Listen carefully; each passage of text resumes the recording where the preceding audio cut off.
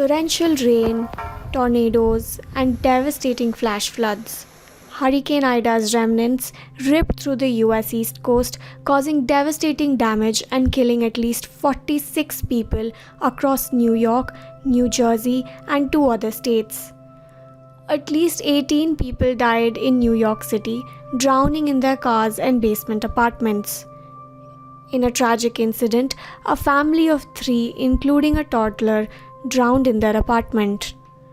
So the very recent extreme precipitation event in the northeastern US, which unfortunately occurred in a number of very highly populated areas, the New York City area, Philadelphia, and surrounding cities, was particularly serious for 2 key reasons. One of which is that it happened in that area where so many people live and where there's so much population exposure to flood risk.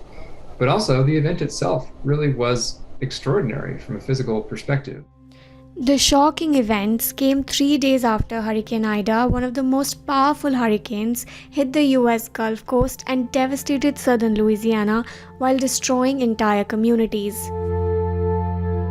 The East Coast received 6 to 8 inches of rain from Philadelphia to Connecticut and set an hourly record of 3.15 inches for Manhattan. Surprisingly, it broke the previous record that was set only less than 2 weeks ago.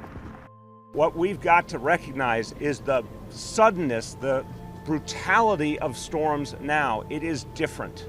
A record set 2 weeks ago, another record set now, rainfall like we haven't seen ever before.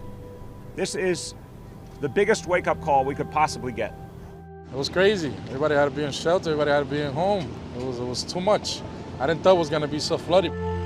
Emergency workers in boats rescued people stranded on the roofs of their cars. The number of disasters such as floods and heat waves driven by climate change have increased 5-fold over the past 40 years, killing more than 2 million people and costing $3.64 trillion in total losses, World Meteorological Organization said on September 1. So the good news is, if we choose to bring our net carbon emissions to zero, we will be able to stop global warming. The bad news is that even given the fact that we are not on that runaway train, that train moving downhill is still gaining speed. And we're starting to see that with events like what happened this summer around the Northern Hemisphere with extreme heat and extreme floods.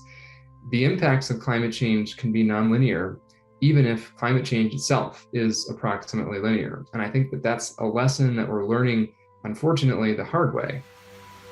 US President Joe Biden has declared a state of emergency in New York and New Jersey. He will visit Louisiana, which became the first to face Hurricane Ida when it made landfall on Sunday. More than 900,000 houses remain without power in the state. A federal report.